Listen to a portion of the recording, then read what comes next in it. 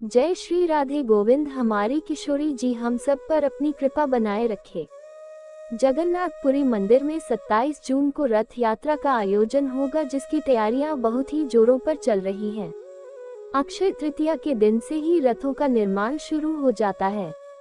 लाखों भक्त भगवान जगन्नाथ, बलभद्र और सुभद्रा जी के रथ को खींचने के लिए एकत्रित होते हैं।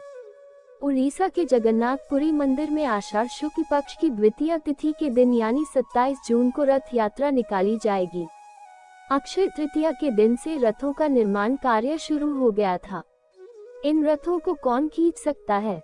रथों को खींचने का क्या फल होता है? यदि आप रथ न भी खींच पाए तो जगन्नाथ यात्रा में शामिल होने का क्या फल मिलता है? इसके क्या नियम होते हैं? आज हम इस वीडियो में इसी के बारे में जानेंगे। भगवान जगन्नाथ के रथ को खींचने के लिए लाखों भक्तों की भीड़ उमड़ती है। रथ खींचने के लिए भक्तों की संख्या कोई निश्चित नहीं होती है। यह एक सामूहिक प्रयास होता है जिसमें हजारों लोग शामिल होते हैं। इसका कोई नियम नहीं होता है। इन तीनों रथों के अलग अलग नाम होते हैं। सबसे आगे बलभद्र जी का रथ होता है, जिसका नाम तालध्वज है। इसके बाद सुभद्रा का रथ दर्पदलन चलता है। सबसे पीछे के रथ नंदीघोष में भगवान जगन्नाथ सवार होते हैं। इन रथों पर सवार होकर वह करीब 3 किलोमीटर दूर स्थित गुंडीचा माता के मंदिर जाते हैं, जहां भगवान जगन्नाथ 10 दिन विश्राम करते हैं।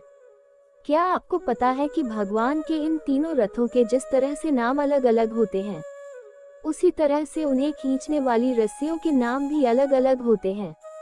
भगवान जगन्नाथ के 16 पहियों वाले नंदीघोष रथ की रस्सी को शंखाचूड़ा नाड़ी के नाम से पुकारा जाता है।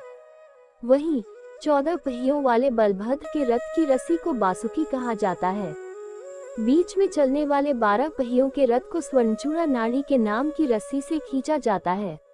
कोई भी व्यक्ति जो आस्था के साथ पुरी पहुंचता है, वह रथ की रस्सियों के जरिए उसे खींच सकता है, चाहे वह किसी भी पंथ का हो, जाति का हो, धर्म का हो। मान्यता है कि जो भी व्यक्ति रथ की रस्सियों को पकड़कर खींचता है, वह जीवन मरण के चक्र से मुक्त होकर मोक्ष को प्राप्त करता है। कोई भी व्यक्ति सिर्फ कुछ दूरी तक ही रथ को खींच सकता है। ऐसा इसलिए होता है ताकि ज्यादा से ज्यादा लोगों को रथ खींचने का मौका मिल सके।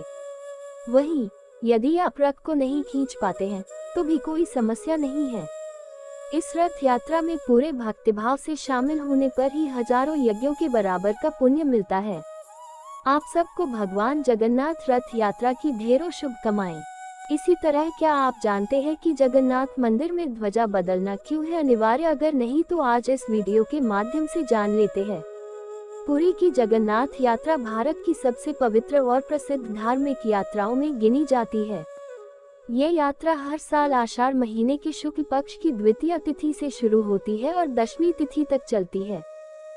इस वर्ष ये यात्रा 27 जून से शुरू होकर 5 जुलाई तक संपन्न होगी। श्रद्धालुओं का ये विश्वास है कि इस यात्रा में भाग लेना और भगवान जगन्नाथ के दर्शन करना जीवन के कष्टों को दूर करता है। ऐसा माना जाता है कि जो व्यक्ति इस यात्रा में सच्चे मन से शामिल होता है, उसे न केवल शांति और सुख की प्राप्ति होती है, बल्कि मृत्यु के बाद मोक्ष भी मिलता है। जगन्नाथ मंदिर से कई रोचक कथाएं और परंपराएं जुड़ी हुई हैं। इसी परंपरा में मंदिर के शीर्ष पर लगी हुई ध्वजा को बदलना भी शामिल है। जगन्नाथ मंदिर की ध्वजा केवल एक वस्तु नहीं, बल्कि श्रद्धा, रहस्य और भक्ति से जुड़ी हुई एक महान परंपरा है। तो चलिए अब हम इसके बारे में विस्तार से जानते हैं। पुरी में स्थित श्री जगन्नाथ मंदिर के मुख्य शिखर पर हर दिन शाम को ध्वजा बदली जाती है। यह कोई सामान्य प्रक्रिया नहीं, बल्कि एक धार्मिक अनिवार्यता मानी जाती है। पौराणिक मान्यता है कि यदि किसी दिन ध्वजा नहीं बदली गई, तो मंदिर 18 वर्षों तक स्वतः बंद हो जाएगा। इस मान्यता के पीछे यह विश्वास छिपा है कि भगवान जगन्नाथ की उपस्थिति और उनकी कृपा ध्वजा के माध्यम से आकाश की ओर फैलती है। यदि यह ध्वजा पुरानी, फटी या अनुपस्थित हो जाए, तो वह दिव्य ऊर्जा बाधित हो जाती है। इसलिए हर दिन सूर्यास्त से पूर्व इसे बदला जाना आवश्यक है। श्री जगन्नाथ मंदिर की ध्वजा अपने आप में एक अनोखा रहस्य समेटे हुए है। ये सदैव हवा की दिशा के विपरीत लहराती है। सामान्यतः समुद्र तटीय क्षेत्रों में हवा समुद्र से भूमि की ओर बहती है, लेकिन पुरी में यह नियम उलट जाता है। यहाँ हवा भूमि से समुद्र की ओर बहती है। अचरज की बात यह है कि मंदिर की ध्वजा इन प्राकृतिक हवाओं की विपरीत दिशा में फहराती है, जो वैज्ञानिक दृष्टिकोण से अब तक समझ नहीं आया है। ये रहस्य आज तक विज्ञान के लिए चुनौती है, लेकिन भक्तों के लिए ये भगवान जगन्नाथ की अलौकिक शक्ति का प्रमाण है। ध्वजा को बदलने का कार्य किसी साधारण व्यक्ति का नहीं, बल्कि पुरी के चोला परिवार का विशेष उत्तरदायित्व है। ये परिवार पिछले 800 वर्षों से ये सेवा लगातार निभा रहा है। इस सेवा को कोई आम धार्मिक कर्तव्य नहीं माना जाता, बल्कि यह भगवान के प्रति समर्पण, साहस और निष्कलंक परंपरा का प्रतीक है। मंदिर की शिखर तक चढ़कर बिना किसी सुरक्षा उपकरण या मशीन के प्रतिदिन सैकड़ों फीट ऊंचाई पर ध्वजा को चढ़ाना अत्यंत कठिन कार्य है। इस जोखिम भरे सेवा को ये परिवार श्रद्धा से निभाता है, जिससे ये परंपरा आज भी जीवित है। ध्वजा को प्रतिदिन बदलने की परंपरा के पीछे एक पौराणिक कथा प्रचलित है। कहा जाता है कि एक समय भगवान जगन्नाथ ने मंदिर के सेवकों को स्वप्न में दर्शन दिए और संकेत दिया कि मंदिर पर लगी उनकी ध्वजा पुरानी और फटी हुई है। जब अगली सुबह सेवकों ने ध्यान दिया, तो वास्तव में ध्वजा जीर्ण अवस्था में थी। ये घटना भगवान की ओर से चेतावनी मानी गई और तभी से यह निर्णय लिया गया कि अब से प्रतिदिन नई ध्वजा अर्पित की जाएगी। इस तरह ये परंपरा आरंभ हुई और आज भी इस परंपरा को पूर्ण श्रद्धा से निभाया जा रहा है।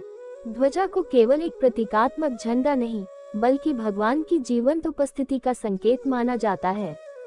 यह मंदिर के शिखर पर फहराते हुए न केवल आकाश की ओर भगवान की सत्ता का संदेश देती है, बल्कि भक्तों को दूर से दर्शन का भी अवसर प्रदान करती है। पुरानी ध्वजा नकारात्मक ऊर्जा को अपने अंदर समाहित कर लेती है। जब इसे हटाकर नई ध्वजा स्थापित की जाती है, तो वातावरण में सकारात्मकता, दिव्यता और आध्यात्मिक ऊर्जा का संचार होता है। ध्वजा में भगवान का तेज, बल और आशीर्वाद समाहित माना जाता है।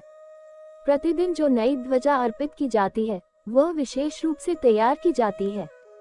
ये ध्वजा लगभग 20 फीट लंबी त्रिकोणीय आकृति की होती है, जिस पर विशेष धार्मिक रंग और चिन्ह अंकित होते हैं।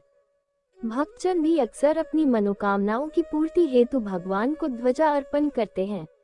ऐसी ध्वजाएं मंदिर के सेवकों को दी जाती हैं, जिन्हें अगले दिन शिखर पर चढ़ाया जाता है। श्री जगन्नाथ मंदिर की ध्वजा दूर से ही दिखाई देती है। इसे देखने मात्र से भक्तों को पुण्य लाभ प्राप्त होता है। कई श्रद्धालु केवल ध्वजा के दर्शन के लिए ही मंदिर परिसर में आते हैं, क्योंकि इसे देखने से भगवान के दर्शन जैसा ही फल मिलता है। ध्वजा की उपस्थिति बताती है कि भगवान मंदिर में विराजमान है और उनके आशीर्वाद की ऊर्जा संपूर्ण दिशा में फैल रही है।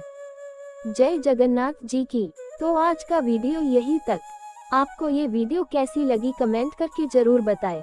तो फिर मिलेंगे अगली वीडियो में, तब तक के लिए आप सभी को प्रेम भरी राधे राधे।